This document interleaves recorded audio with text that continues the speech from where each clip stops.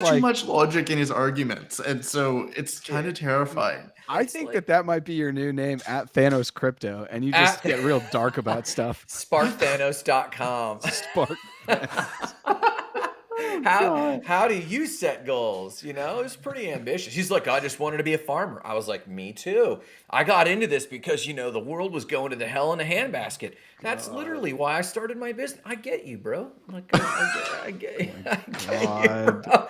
So, real quick, before we get into shitcoin season, first off, how is Austin, Jarrett, our man on the street? Austin is good. It's an entire city in Tejas named after Austin. So there's that. Yeah, let's go. In Tejas. Named after me. I was literally processing what you were saying in Tejas. I was like, maybe it was the state of Tejas. Wait, that's a Mexican state. What are we talking? Texarkana. Wait, that's a Mexican state. I was watching this. My buddy, my Colombian, very politically charged friend. He's a poet. He's an author. He's a philosopher. He sent me this video earlier, and it was some conservative in the United States talking about how when Mexicans are in Texas, they're illegal, which you should use undocumented. No human's illegal. And this other guy was like, wasn't that Mexican land we stole from them? Yeah. And aren't your ancestors... Anyways, it went down like a very dark path really quick. So it kind of played into the crypto Thanos that we have today. Yeah, it's nice. Yeah, man. Like, but it's good. I mean, it's good. It's good. And like the conference didn't start today. The conference starts tomorrow. Yeah, no. So I call this day 0. So the conference does start tomorrow. Day 1's tomorrow, and it's the same format: Wednesday, Thursday, Friday. They got the swag bag, and there's some cool stuff in here. There's this thing called, and I guess I'll give them a free shout out, but it's called book.io. Redeem for an NFT ebook you truly own. Blockchain-based, unchangeable, unburnable, unbannable. And can I resell it and make money? Do I own it? But can I flip it? No. What's the floor price? No. Yeah, what's the floor of your book, sir? Jackie says, yo. Jackie, you know what? I think this is the first time Jackie has actually been a live viewer, right?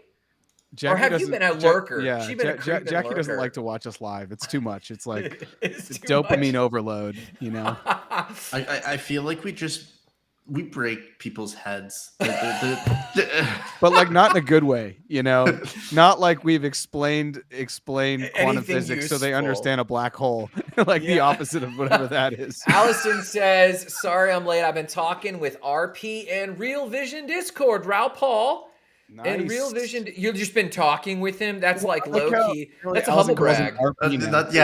Is that a humble brag? I feel like that's a humble brag. Yeah, I'm sorry, Allison. Raul Paul was just texting me saying I was just talking to AA in the Discord. What up? Yeah, I was just talking to A squared in the Discord. But no, on this book.io, do I own the rights to it? By I mean selling it. Like, can I resell copies of it? Jackie, I'm not sure. I mean, we should all open it. Time ago, Jackie. My head was broken. Yeah, if you listen to the episode, Jackie, and then off mic, Jackie was just like, "The space is so crazy, I can't keep up." But Jackie's literally one of the most well-spoken about crypto and Web3 I think I've ever met. She just knows everything and has done everything. So, but Grant, on the back of this for the book IO, it says, "Is a multi-chain Web3 marketplace for buying, reading, and selling decentralized ebooks and audiobooks." More books available on Algorand, Ethereum, Polygon, and Cardano.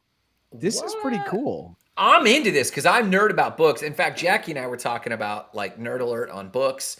And like, I don't know about you guys, but since I've been talking to her, I've got like 45 books. I got like 3 books on order from Amazon. But if we could actually bridge this world, that's really interesting that I'll look into. And then Allison says, why do you have 2 beds behind you?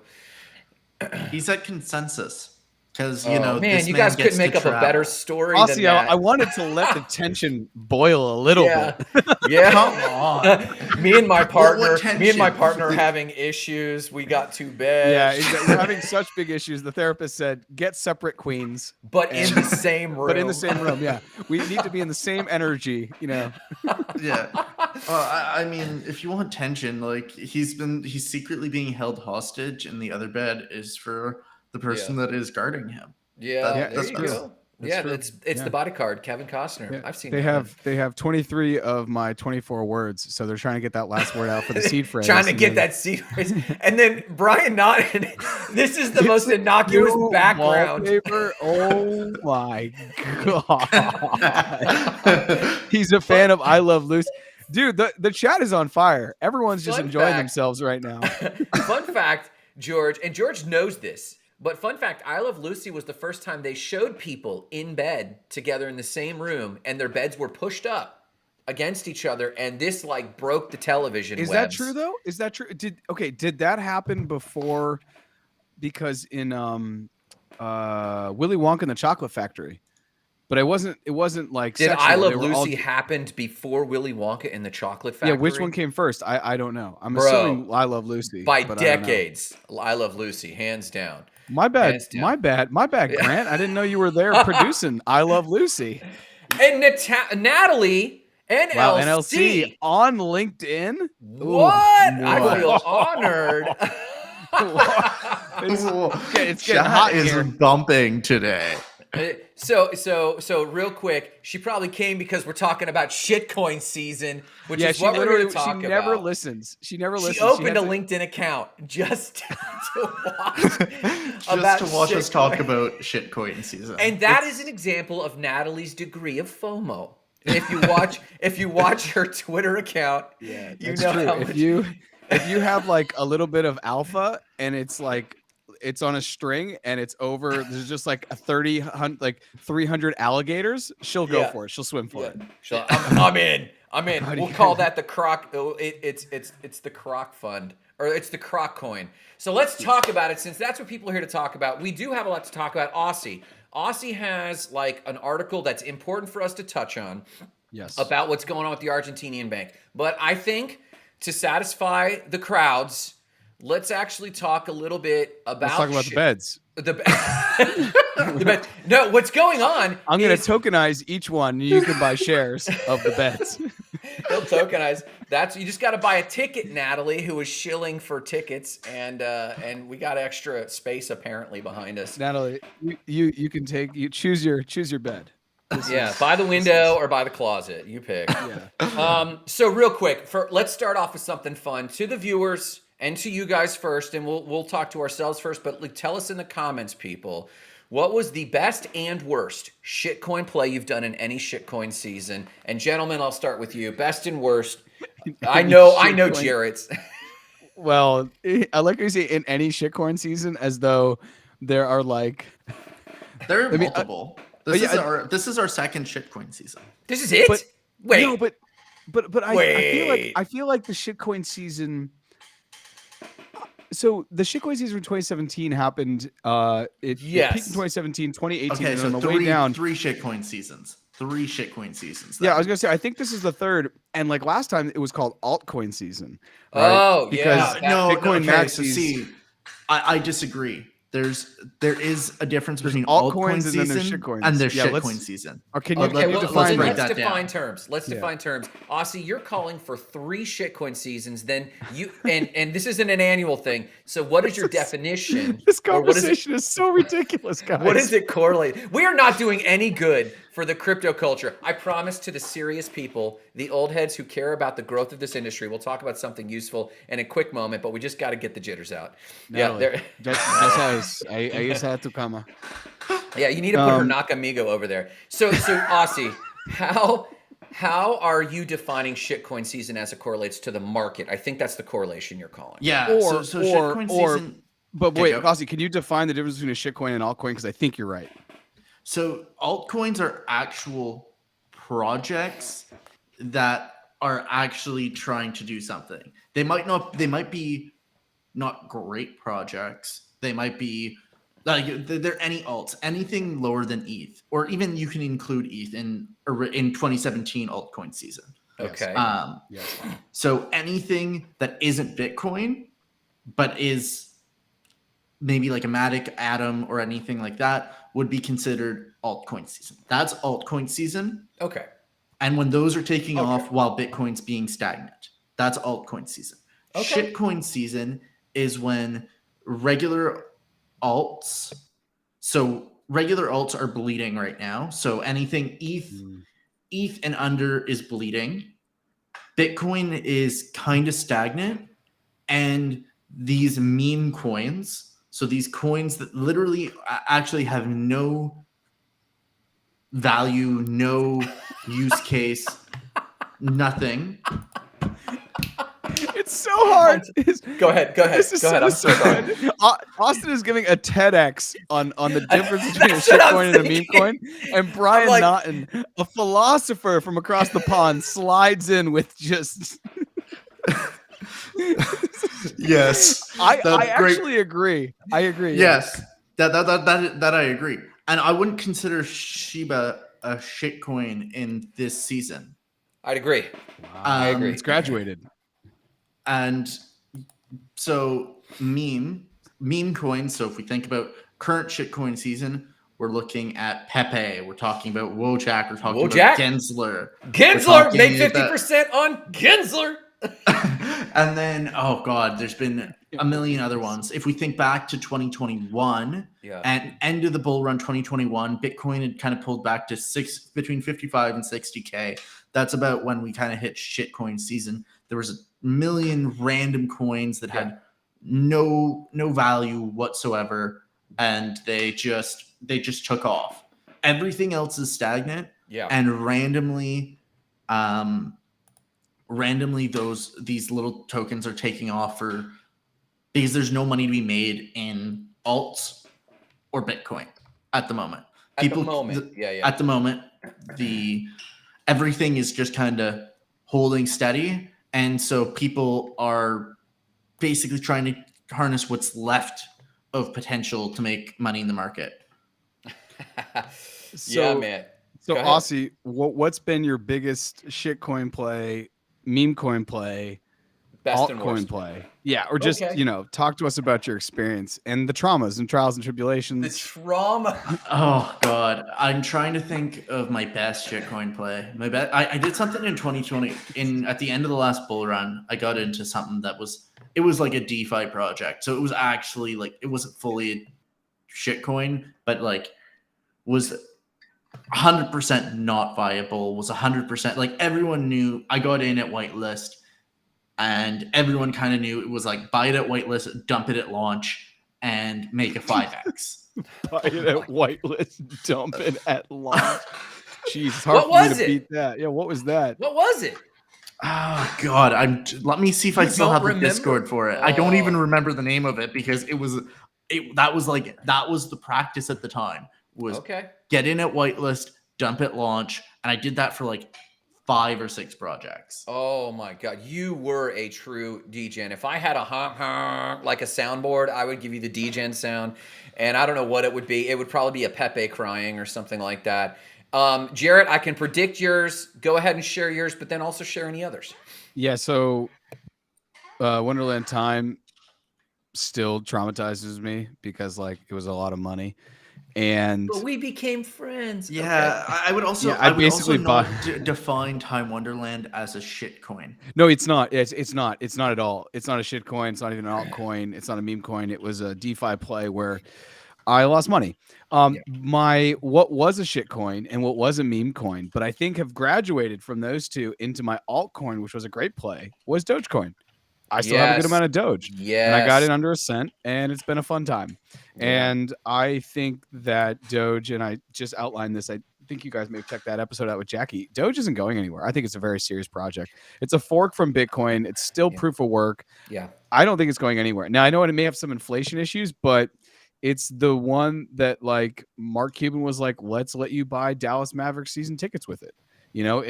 I think it will be the one for micropayments that Twitter will use. I agree. It's also memey. It's also kind of fun.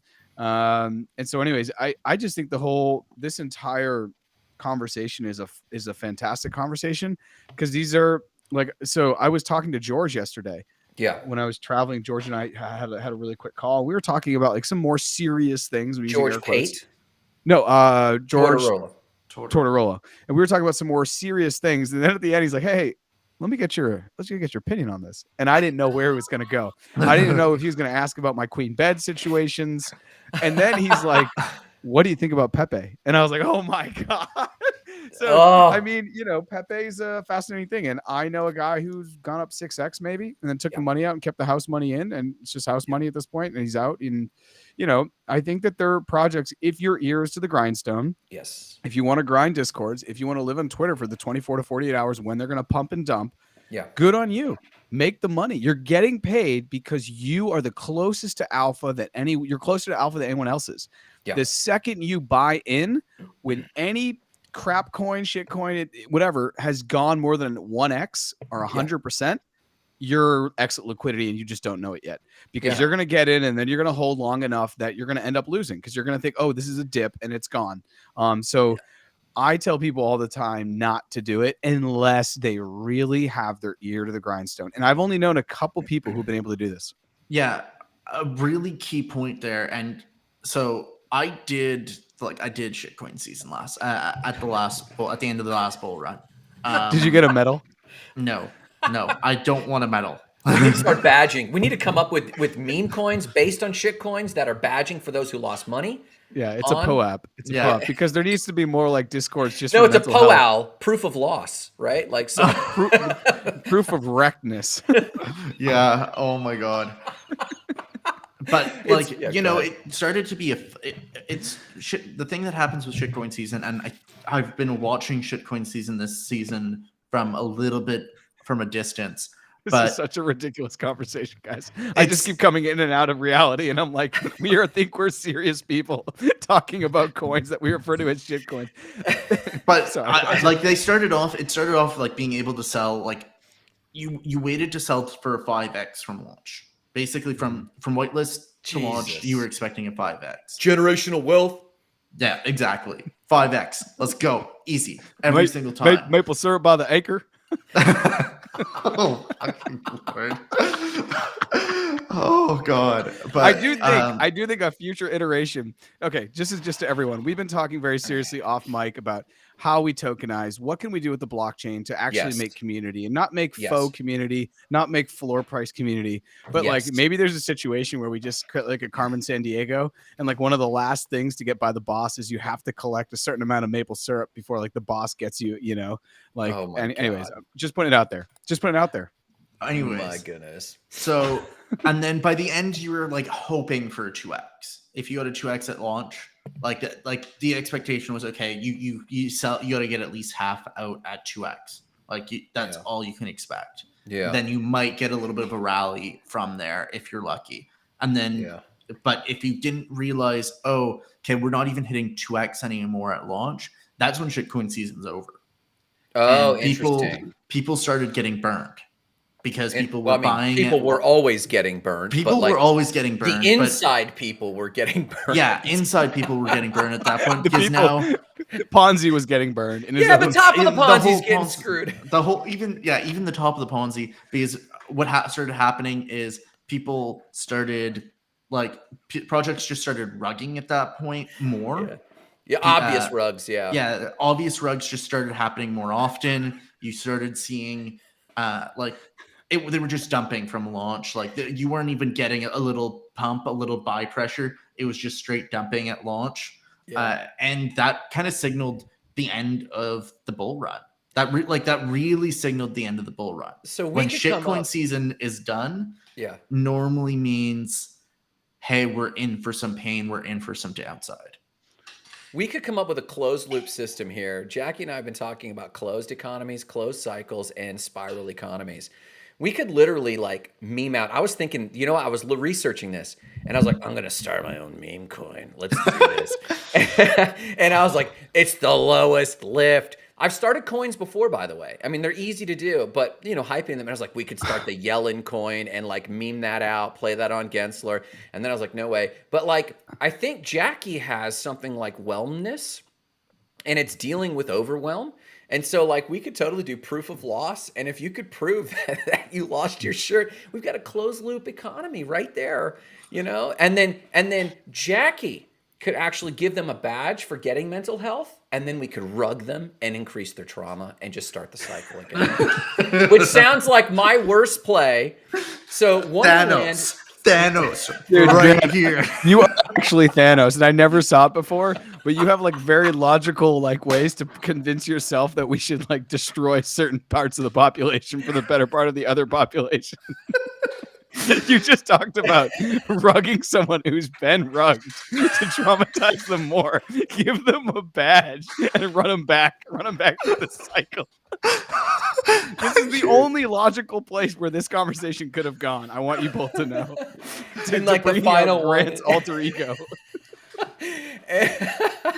and I appreciate that right there. That's why I do it for the lulls. That's really why we do it. Oh, shit. You do it for the lulz? Okay, sure. My actual Come worst on, play Grant. was not Wonderland, believe it or not. I lost. I lost. Yeah, I mean, I have a dollar cost averaging strategy when it comes to shitcoins, and in Wonderland, I had 12K to work with others investors' money. Don't act proud about that. I'm proud of some aspects, and this think tanked. But I am proud that I preserved most of our capital. We've dollar cost averaged back quite a bit, but I thought I had learned my lesson. So then I heard about Jade Protocol. Jackie says, I do like the idea of political avatars that we battle meme. Oh my God, like Pogs. You guys remember Pogs? Yeah. You guys remember Pogs? Like Oh, we could yeah. do political avatars. We could do Trump coin. We could do. There's already Trump NFTs though. We can't do Trump. We could do Yeah. Kennedy. We could do Kennedy Jr. like we could dead do, presidents. Okay. Yeah, we could do like all the political candidates and like Yeah. And Biden go to coin. town. Oh my God. He's just walking away. He's like, I can't handle I'm this. done. And I'm so, done. like, I went to Jade Protocol. stay- What do you got? Stay on before you go to J Protocol. We created these, and my colleagues sent me them, but they're like chocolate $50 things. But wait. Oh, okay. Mercy Saving coins, grace. baby. Mercy coins. And as An long as there's actual physical meme to pass so out. I don't get rugged. There's actual chocolate inside, not like an appeal for a $5 donation. No, it's actually like very nice bougie chocolate. We went for the upgrade, made with premium Belgium chocolate. Anyways, Okay. we already have If Mercy coins. I would actually pay for that bag right now. So I went to Jade Protocol. And for those who don't know Jade, this was literally an experiment in how far you could rickroll your public and keep rugging them. I'm telling you, I put money, and then they're like, we're promising 70,000. I'm like, well, I've been here with Wonderland. It's like going to an ex, like a toxic ex. No, literally, you're in the Discord, and they're like, we're gonna dox all of our people, but to dox, we need to hit a certain level in our treasury fund. Hey, we're growing anyway; it doesn't matter. This actually got people to dump more in. When No they did the docs, his profile literally changed to Rickroll. And you're like, okay, this should. way. I'm not kidding. That's I'm not not real. I'm not kidding. It literally happened. Go look it up. And so we're like, no way. And they're like, okay, we feel real bad. We definitely are pulling one on you guys. I'll tell you what, stake your Jade and you're gonna get Smarter Coin. Literally, they called it Smarter Coin. And you stake it, and once we have like 60% of everyone having staked, then we'll actually release the Smarter Coin, and then we'll start marketing that. We did that. Everyone's staking their Jade. They're watching the treasury shift from this account to this account. The Smarter token is fractionally lower. And then when we got there, they rickrolled again. And they're like, don't worry. And I'm like, oh my God. Like, but I was literally so hooked in at that point. I was so invested that I was like, I've got to see this out. So I was like, I'm riding this just like right here, just like Natalie. I'm riding this to zero, and I knew it at that point. Like I was like, I'm not giving But up they're now. still around, aren't they? I think Smarter is technically still around. Yeah, it's appalling. Anyways, neither here nor there. But What? anyways, let's bring this to a serious conversation. Let's bring this. So, Good but luck. what we didn't hear. Hang on. Let's end with this. Yeah. Please, if through the duration of the show, you have to confess your crypto sins and tell us your best and worst DJ play in the comments. But let's transition, and I think you're going to Argentina, are you not? Well, I was gonna transition a little bit. Like let's talk about shitcoin season a little bit more and talk about intelligence. He's like, I'm not done. Because normally shitcoin season is kind of the advent of the market taking it up, basically a local high, at least like a serious local high. So do you guys think that this is the end of the bear market rally? Was this the bear market rally? Are we pulling back down to 16, lower 22? What are you guys thinking? Do you think shitcoin season is signaling that, or we're just having shitcoin season? Jared, what do you think first? I don't think it's a historic season. Normally, this comes on the end of like people selling Bitcoin, and then they've taken profits, and then they still want to get profits. So then they dump them into Ethereum. This is what happened in 2017 and 2018 when I first got in. And then so it peaked in December 2017, January 2018, and then by February, March, it started to go down. Everyone's in denial. It's going to go back up.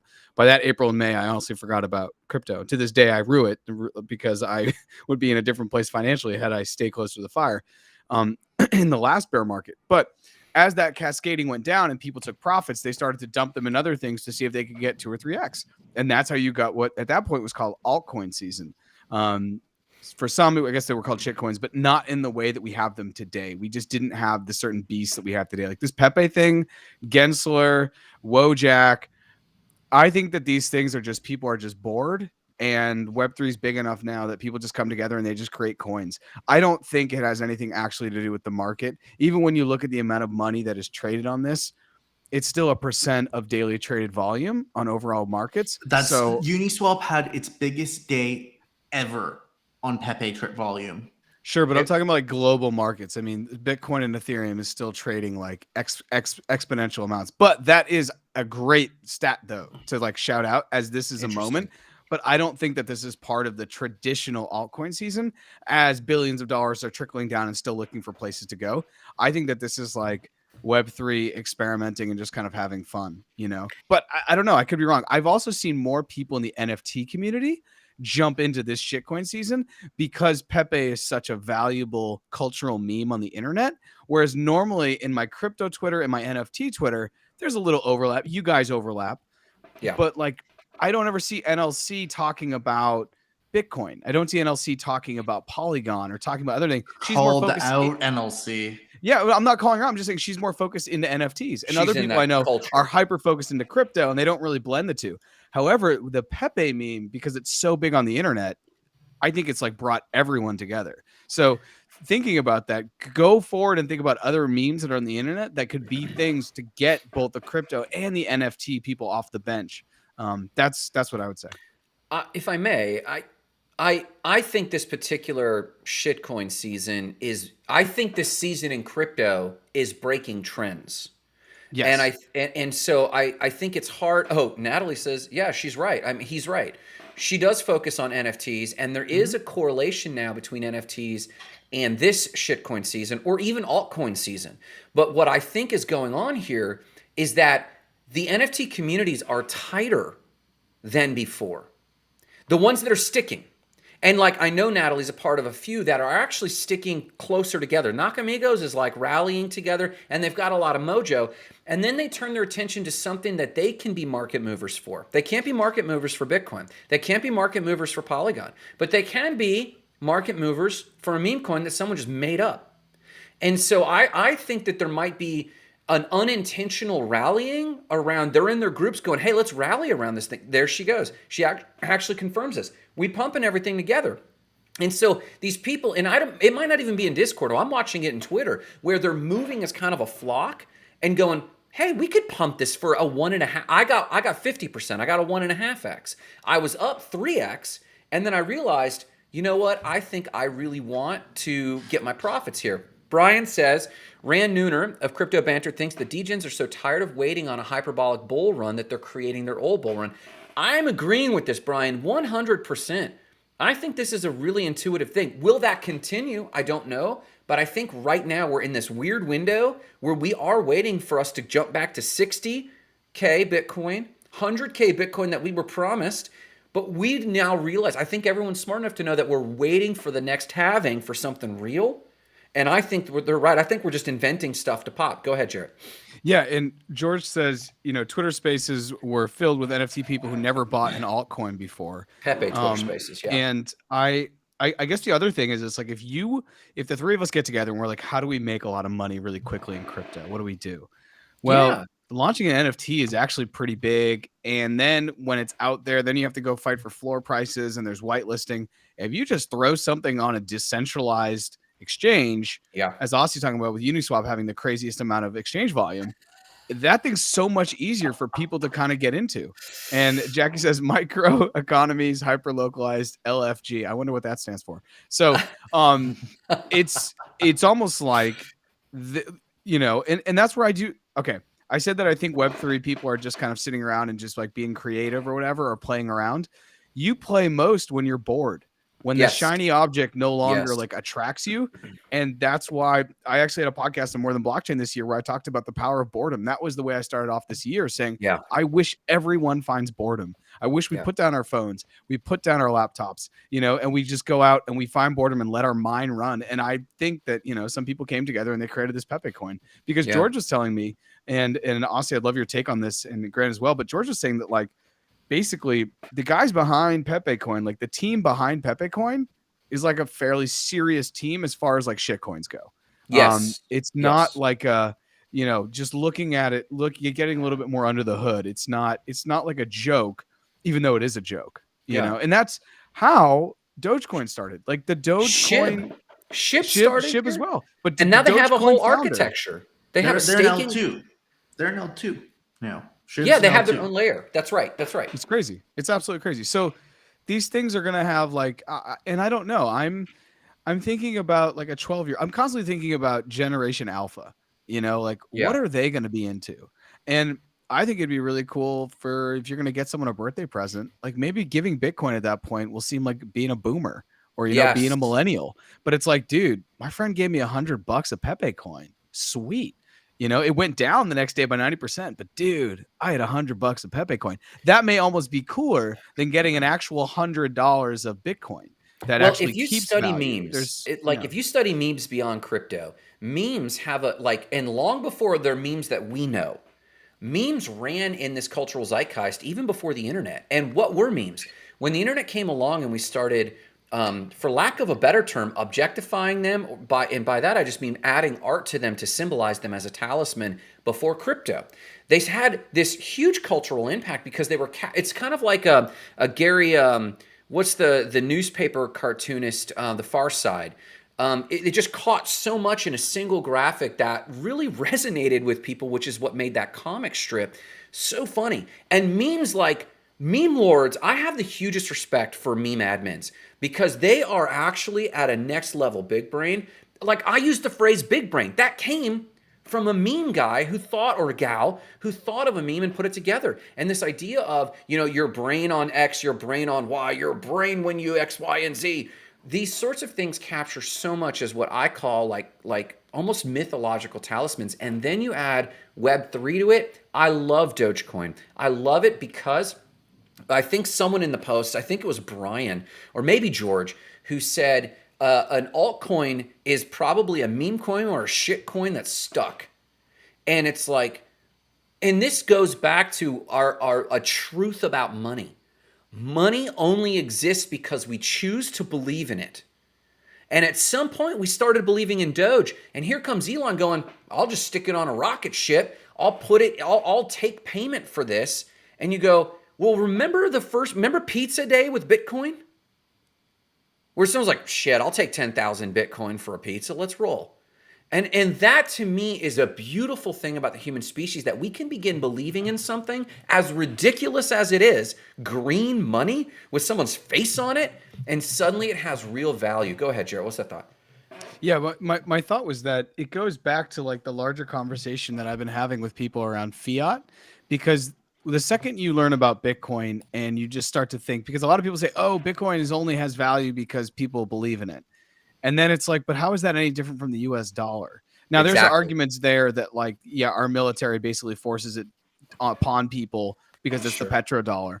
But like, there's actually no difference. And then when you look at the dollar as something that has an infinite supply, basically one node, no protocol, no decision, you're like, oh my God, and then so this idea of believability is really strong. And so that's the question that I have for both of you. What is the meme that's going to be next? Is it Yellen? Is it like, we need to start the Yellen coin. I think it would run, and I think we could pull a meme lord move and do something about it. So the only reason why I'm apprehensive to start a coin is because I saw this piece of this guy. He was from the States, and he started a coin, and it went crazy. People Yeah. made a lot of money, but then when it crashed, he got on the hook, and he got in serious trouble. So this isn't for others to watch. I'm not sure who said that. This is for everyone. Shitcoins are for everyone. Yeah. Give us context, if you will. And if you're just piping in Organic 723, we are rarely talk this much about shitcoins. We should probably let this moment that we're talking about believing in a dollar, that should bridge us to Argentina. Yeah, Aussie. I was Yeah. gonna say, come right. That's But- literally when he started talking about the petrodollar. I was like, we need to dive into this. But I will say this before we transition. Organic 723, give us more context and we'll unpack that for you, definitely. But Aussie, give us context on what's going on in Argentina for real. Now we're going to get serious. Now we're getting serious. So let's talk about let's be serious. So you just talked about the U.S. military and the petrodollar. So IMF just bailed out Argentina. Argentina was having rapid inflation. They were running out of dollars. So the IMF, the good old IMF, here to save everybody, decides to loan Argentina $45 billion to help bail them out of this scenario that they're getting into, this problem. But the nice thing about the IMF is they always have very important terms to their loans, including privatizing your water or a million other different things. Oh, interesting. But this time, one of the IMF's terms was you must take an anti-crypto stance in Argentina if you want this loan. And I challenged you on this, Aussie, and you gave me a link, which, keep going. I will drop this link in the comments for everybody. Go ahead. And basically the federal bank, the central bank of Argentina came out saying, hey, we cannot allow regular entities to use Bitcoin or crypto because we've decided to take this loan. And so is this a way that we're going to see the IMF and the US try to enforce, basically stop the de-dollarization and protect the US dollar by using the IMF and their tools within the World Economic Forum to basically leverage these smaller countries who could benefit from crypto like El Salvador has? So you're saying, let's pause this. You're saying this could, in theory, be a strategy for the U.S. to prevent the de-dollarization? Yeah. Yeah, for sure. Because That's the whole thing. They don't want people, the IMF, the WEF, whoever, the global order doesn't want people going away from anything that's not the dollar, which is the current way that stability, quote, stability happens on the planet. And if people if Argentines are allowed to start buying stable coins and buying Bitcoin, which I think they should, then that undermines that, because then they're not basically buying into dollars, and they need to continue to back the Argentine government with dollars, not Bitcoin. And so having the Argentine central bank basically not even have that opportunity in the future, like when things get bad. I mean, Argentina's been dealing with inflation for 30 or 40 years. You know, they're just always in peaks and valleys. That country has suffered more than any other country, probably in the Western Hemisphere, in inflation. We always look to Venezuela right now because that's been an extreme case and it happened really quickly. It cascaded almost overnight. But from the early 2000s into the 1990s and I think even into the 80s, Argentina's really, really struggled with inflation. So like they should have a Bitcoin-backed treasury, even if it's only 10%, because then as Bitcoin increases, it's going to just continue to back them even more.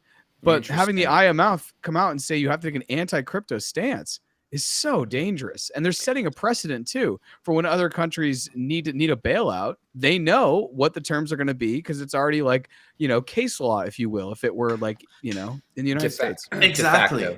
That's why the IMF and the World Economic Forum hate El Salvador so much, because El Salvador has gotten themselves, not entirely, but they've gotten themselves out of the standard country debt cycle that forces people on the US dollar. Yeah. Because they're backing their treasuries with Bitcoin. Now, is the implication of this, if that is true, is the implication of this that the IMF and the World Economic Forum are drawing or taking sides in the de-dollarization, basically the global East versus the global West. China, Russia, and all of its supporters versus Western ideal of we'll stay on the U.S. Is that them drawing a line in the sand? Sort of. I mean, the IMF is mainly backed by the US. And so it's the US enforcing their power on these smaller countries that are dependent on their aid. So this is not necessarily global East, global West. This is global North, and particularly the US enforcing and trying to protect itself against the global South. Against the global South. Yeah. Where does So- China fall in that? China and Russia and BRICS is kind of like this whole other problem. So global South is essentially, Interesting. if we look at this issue in like three layers, you've got the US, which is also the IMF and the World Economic Forum. You've got the global South, and then you've got BRICS. So China, Russia, India, South Africa, and I think there's someone else. Brazil. Is Russia Brazil. Is Russia a BRICS nation? Yeah, Russia's Yeah. a BRICS nation. It's Brazil, realize Russia, India, China, and South Africa. And I love Okay. the way Austin said that there's layers, because that's how I see it as well. And it's kind of like a rectangle and a square. One can be the other, but the other can't be, it Yeah. doesn't go both ways. And Yeah. so in the global South, you have Brazil, India, China's now out of there in some level. Brazil, India, China, and then South Africa. So while many of those countries are still part of the global South, they're so big in industry. And I mean, India's just passed China as far as size, population. And like Interesting. the idea behind the BRICS is that these are the future. This is the future of the world.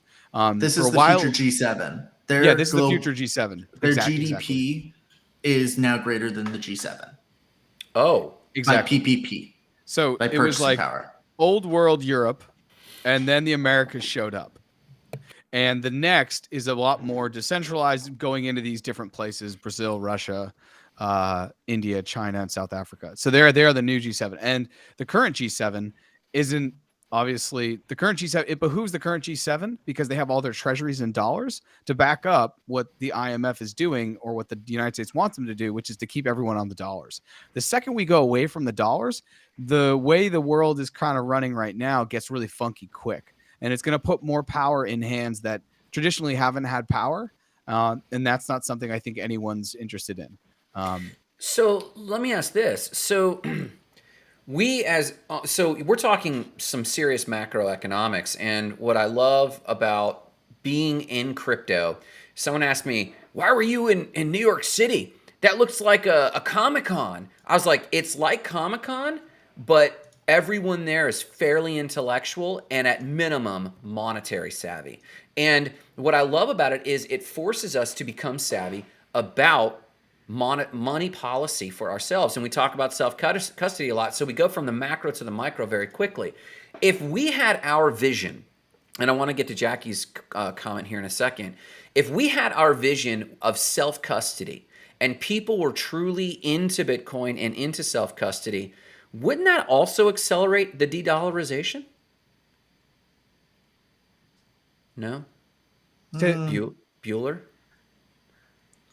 I don't see it as much as accelerating the de-dollarization if we self-custody. De-dollarization has a lot to do with debt and medians of exchange. And so if we self-custody our money, that doesn't really matter. What matters is the government loaning other governments money?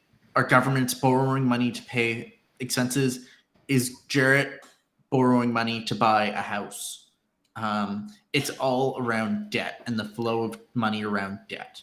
But in a self-custody world, we're doing DeFi loans. We're out of the debt system, and we are. And I know you're talking about loaning between countries, but for example, I happen to, Jackie and I talked at length about this missional sense that she feels of really helping, like microeconomies, but microeconomies build up to macroeconomies. So if Argentines were, self-custodying and suddenly their government didn't need a $44 billion bailout because they're not even on their own monetary system, does it ever play out that the true full vision of a crypto-driven self-custody world, if we accomplish our mission of onboarding the world, doesn't that create doesn't that mean there is central banking destabilization? Like they are destabilized.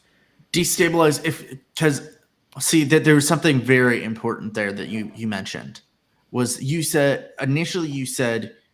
self-custodying, and Okay. then there's a difference between self-custodying and decentralizing and DeFi. Interesting. So I I can agree. self-custody all of my crypto right now, Yeah. but that doesn't mean I can take DeFi loans. And then I'm paying all of my expenses via crypto, and I'm buying my Interesting. house with a mortgage on collateral from my DeFi loan against my Okay. DeFi assets. And so that is a really key piece to distinguish, because self-custody is a best practice. Decentralization and decentralized finance is a whole nother layer. Interesting. That's a next step. Like we're not at DeFi right now. Gotcha. We're talking in general. Crypto is starting to understand the importance of self-custody. We're seeing more and more self-custody rather than just holding on exchange, especially after FTX. Interesting. But we're not at a point where we're doing DeFi, where DeFi as an actual decentralized function. as a daily function and as an actual economic system is it's not there yet. We're not at that level. That's kind of where people are striving for, but we're not there. So I just want to say good morning, Sean Clark. Thanks for stopping by, man, all the way from Australia. Jarrett, do you want to kind of unpack what Jackie's talking about, at least briefly, or give an overview there? Yeah, I think it's interesting that we're starting to see like in a high school cafeteria where everyone sits with who they want to like hang out with. And you have BRICS and you have the European Union.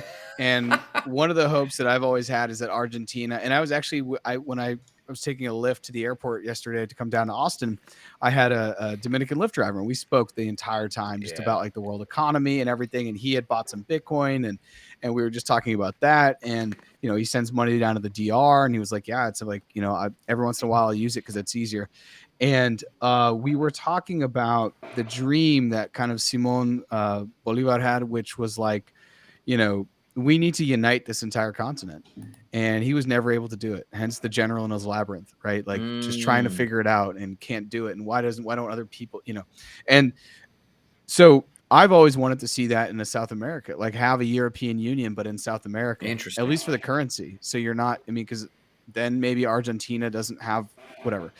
But the vista that she's talking about, that Jackie's talking about, is it's an acronym for Vietnam, Indonesia, South Africa, Turkey, and Argentina. Interesting. And it's interesting to see South Africa called out in another high school clique. That's what I was wondering. Because clearly their geography, or there's something about South Africa, and I honestly am not really understanding about South Africa's economy and why they're bricked in with the BRICS, linked in with the BRICS, and also in Vista.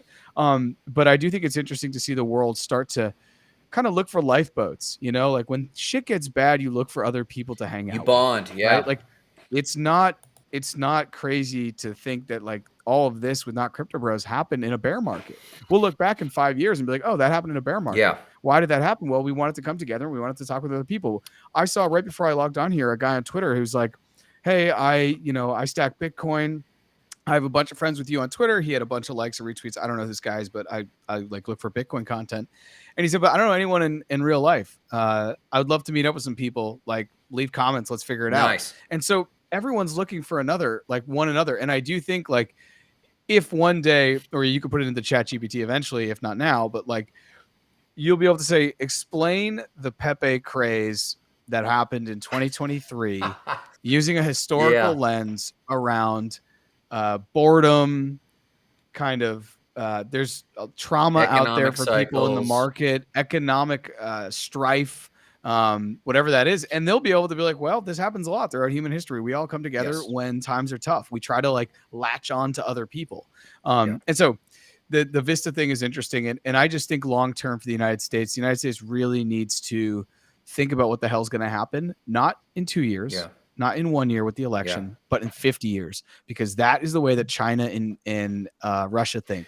They think 50 years down the line. And I don't know right now if because the United States is kind of like a shit coin. It's like a meme coin. It's like fun for a little bit, but it's just lasted forever. But like some of the veneer is starting to come off. And I don't know if people don't want to take the dollar, if the dollar becomes something that's like not great, it's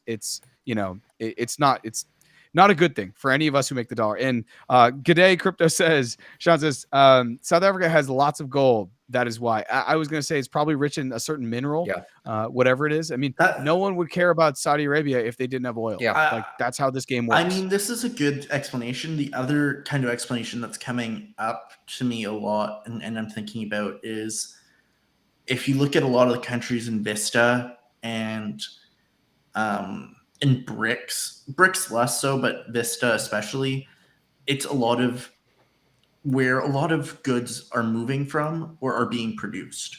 So for sure, Argentina is a key passageway if you look in for gateway of goods in South America. Yeah.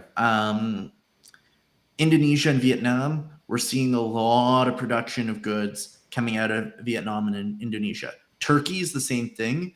They've also got oil and some other natural resources that are being produced in Turkey. Turkey's just geographically so Silk important Road, between all Europe, that stuff, Asia, and like Northern Africa. Exactly. So it's kind of a gateway type thing. So that's why it makes sense. And then if you think of BRICS, it's mainly kind of Asia oriented, but China, India, you've got big production powerhouses, development powerhouses, and then you got South Africa, who kind of that's your stopping point as you're coming through around the coast before you head to Europe or you head up to North America or wherever.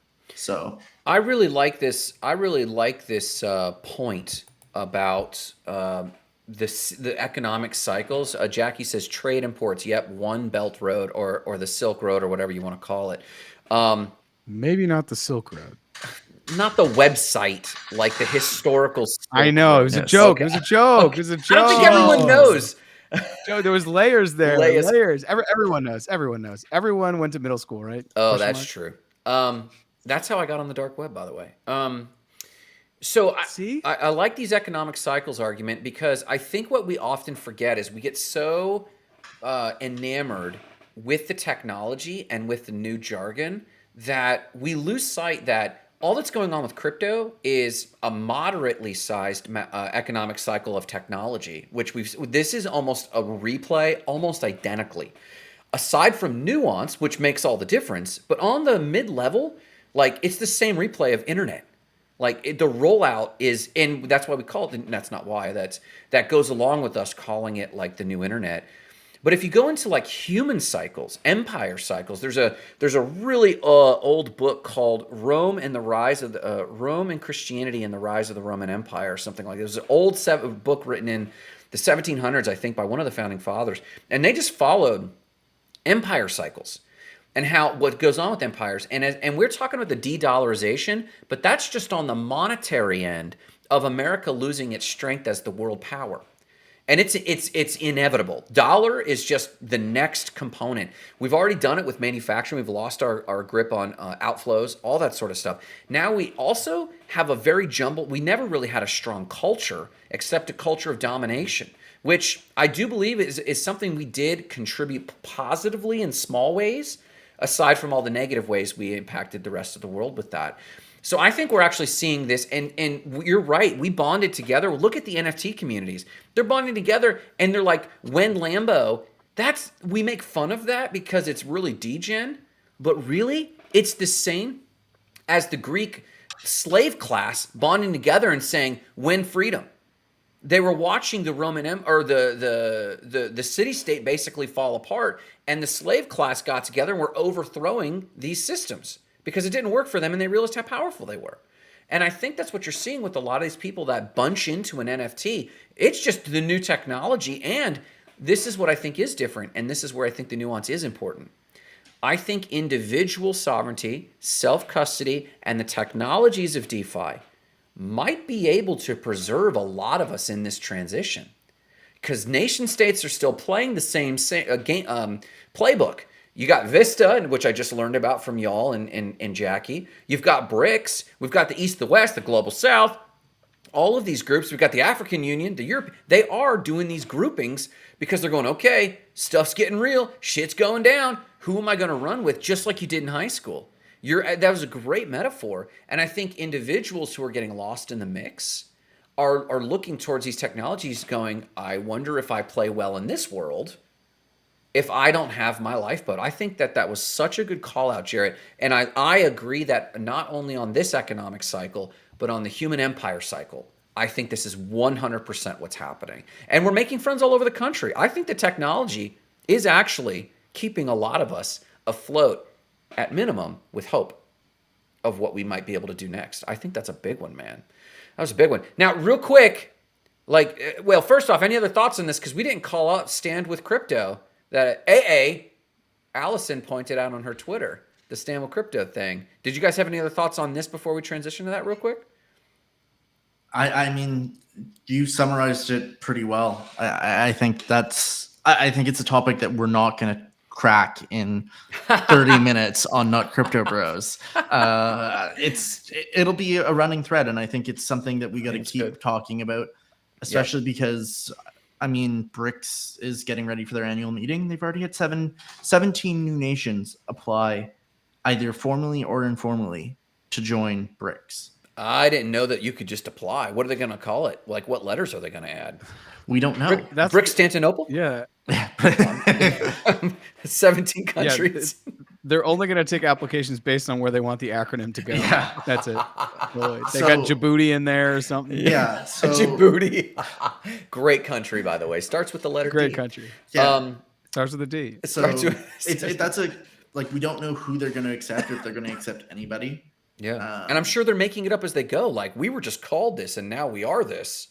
They were a shitcoin that's turning into an altcoin. That's true. That's true. Actually, they were the altcoin. I just don't know if they're going to shitcoin or if they're going to be like a Bitcoin. Yeah, we'll Doge. see. We'll see. So real quick, Allison posted, and Jared, did you see this about the Stand with Crypto? Yeah, I saw it. Brian Armstrong had tweeted it, and Yes. I looked at it, and it was like gonna mint, and I was just like, this is just a ploy to get my ENS. Like, to get my ETH address. I don't need to do that to say I stand with crypto. You know, I guess I just felt like it was just like signing a petition to stop school shooting in a state where I don't vote. Like, it's cool, but I don't really feel like it seems symbolic. It just seems symbolic. What's wrong with symbolism? It is symbolism made by Coinbase. Coinbase is trying to do symbolism. Exactly. Coinbase is. It's part of and their they want my ETH address. Oh, they already have your ETH address. Let's be honest. They don't have my MetaMask, at least I don't think, or I hope not. They probably have your MetaMask. Because did you mint a base NFT? Damn it. Next subject. I did mint a base NFT. Did I just break your argument right there? The argument was broke. But I guess I just feel like putting up a shield in my Twitter account doesn't do anything. The guy that owns fucking Twitter loves crypto. What else can we do? It doesn't matter. Like, I guess I just feel like it's a bigger thing. And I don't know. I feel like I live and breathe crypto these days. Yeah. You know? Yeah. Like, I orange pill as many of my friends that will listen to me for longer than 5 minutes. You know, like, I don't know. I feel like Alice is out there doing the Lord's work with onboarding people in education. So it felt weird because I feel like if you're in the space, you don't have to do that. Like, I don't need to wear a t-shirt. Like, Grant doesn't need to wear a t-shirt that says I go to the gym every day. Do you? Like, he just goes to the gym. No, you know what I mean? To be fair, his choice in shirt says I go to the gym every day. That's true. And those shorts. Come on. So anyways, and that's not to yuck anyone's, and you know, that's not to yuck anyone's yum. Like, because if Allison did it, because I thought about it. I really thought about it. But I was like, Brian Armstrong's doing this because he basically owns Coinbase. He has like a reason to do it. It just feels weird. It feels like when politicians try to get you like really pumped up to do something. And I'm like, this is not the same game. You know, Interesting. I don't know. I didn't feel the unity that maybe other people felt. I felt it to seem like kind of a hollow thing, because I feel like every single one of us on the chat, on this call, every single day we're working to make crypto a reality. Yeah. So whether we put that on our badge or Yeah. not, I don't think it shifts anything. That's No, all. it is part of their other grassroots efforts that they're doing with Crypto 435 or 465. I can't remember. However many Mhm. jurisdictions there are in the U.S. It's to I've seen that. I've seen that too. Yeah. I've I seen haven't that as seen well. this. What is Yeah, I've seen this? it's part of their grassroots efforts that they're trying to organize to help support candidates that are pro crypto. Okay. It's being organized by Coinbase. So like I kind of just saw this as an extension of what they were doing Of that campaign. Of that campaign. I get it. I minted one just for the point of minting one and for Yeah. the posterity. I'm not an American, so what all crazy stuff you guys do, as long as Province 12. How many provinces do you have? Yeah. 13 Oh, with I territories. was almost right. 13 with territories. I That's an believe. American accurate right there. That's, You have 13 provinces. I feel like that's the same amount of districts they had in the Hunger Games. You may want to consider that. Yeah. We'll We're see. the ones. We're the ones with the capital district, bro. We're the ones with the capital district. All right, that's true. boys. Shout outs. We're high past the hour. As Jackie said, from meme coins, aka shit coins, to global economic theory, that was full spectrum. This was beefy. I really appreciate that. Shout outs. Who you got? I'll go and then pass it to Aussie. My shout out is to anyone that made money with Pepe, or to anyone that lost money with Gensler, Pepe, or Wojak. We are here for you. We're here for you. We're here for you. Yeah. We may not return your DMs if you complain, but we're here for you. We saw it. We're leaving you on red for a reason. No, I'm kidding. But seriously, if you lost money in a shitcoin, honestly, reach out. Like, I want to hear about your experience. Yeah. I want to hear about why you got in. What was the thing? Because we're all like, everyone in crypto is always just like a Connect wallet away from like doing something stupid. But what made you actually do it this time? I'm just fascinated. Yeah, honestly, it feels like we should bring our researcher friend that we met at Kate. NFT NYC, Kate, and Oh my gather gosh. this data for her and ask her why people do this. Why did people do this? Yeah, what is the human psychology behind buying a shitcoin? So, anyways, that's my shout out. Seriously, if you've lost money, you never want to lose money. Like to quote Warren Buffett, there's only one rule: don't lose money. Yeah. So, if you're breaking that one rule, reach out. We're here. Yeah. Aussie? I'm gonna shout out NLC for showing up here and urging us into our conversation about shitcoins, and then to Jackie and Sean for helping, and Brian for helping bring us to some sense and bringing us to economic to a real conversation. So I love it. Yeah, man. A shout out to all the new vocab I've been getting, and this spiral economies that Jackie got me on just really triggered something in me that I think like I've been brewing on my compassion for development work and where Web3 overlaps with that, but also the Web3 ethos. And I literally have it on draft right now, the new model of small business leadership. And it's taken largely, it was a concept I had a little while ago, but the spiral economies idea really put the final component into place for me. And that was blending an economic theory with Web3 technologies. And I think it is possible for us to pivot that in a nearly sustainable way. But there's a mega shift happening culturally. So I shout out you guys for carrying us, as Jackie said, into a real full spectrum conversation that I actually got a lot out of. So I really appreciate that. Jarrett, take us home, brother. Yeah, Twitter, LinkedIn, YouTube. Find us at Not Crypto Bros. You can also find our individuals. We're on Twitter. We'll leave them somewhere. I don't know. Just go to Not Crypto Bros. We're all there. And we'll see you next week at Tuesday at 3:30 Eastern time. Thanks for stopping by, everybody. Have a good one.